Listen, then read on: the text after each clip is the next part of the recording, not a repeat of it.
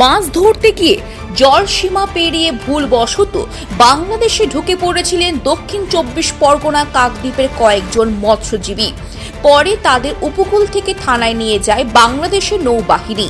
মাস ২ আগে সেই ঘটনার পর এখনো মৎস্যজীবীরা মুক্তি পাননি, যার জেরে দুশ্চিন্তায় ছিলেন মৎস্যজীবীদের পরিবার।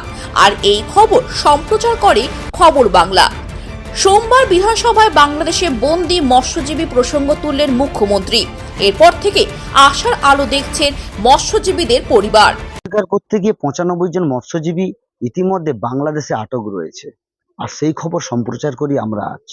সেই খবর সম্প্রচার করতেই রাজ্যের মুখ্যমন্ত্রী মমতা বন্দ্যোপাধ্যায় ইতিমধ্যে বিধানসভা থেকে জানিয়েছেন যে সমস্ত মৎস্যজীবীরা বাংলাদেশে আটক রয়েছে তাদেরকে শীঘ্রই তাদের দেশে ফেরানো হবে কিংবা তাদের বাড়িতে ফেরানো হবে। আর এটা শোনা মাত্রই যেসব মৎস্যজীবীর পরিবাররা বাড়িতে এই খবর পেয়েছে তারা একটু হলেও আনন্দ পাচ্ছে। তবে তাদের একটা অভিযোগ যে রাজ্যের মুখ্যমন্ত্রী শীঘ্রই যেন তাদের যে পরিবার পরিজন যাদের যে লোক রয়েছে মৎস্যজীবী বা তাদের পরিবারের যারা রয়েছে বাংলাদেশে আটক রয়েছে তারা যেন খুব শীঘ্রই বাড়িতে ফেরে।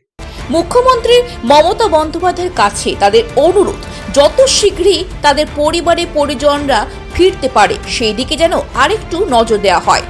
সংবাদ মাধ্যমকে বলবো আমরা অসংখ্য ধন্যবাদ জানাবো, আর দিদিকে অসংখ্য ধন্যবাদ জানাবো, যেহেতু তাড়াতাড়ি আমাদের ছেলে আমাদের বাড়ি যদি ফিরিয়ে যায় তাহলে চিরকৃতজ্ঞ থাকবো। খবর বাংলাকেও আমরা অসংখ্য ধন্যবাদ জানাই, যেহেতু আমাদের বাড়ি এসে খবরটা পৌঁছিয়ে দিয়েছেন দিদির কানে।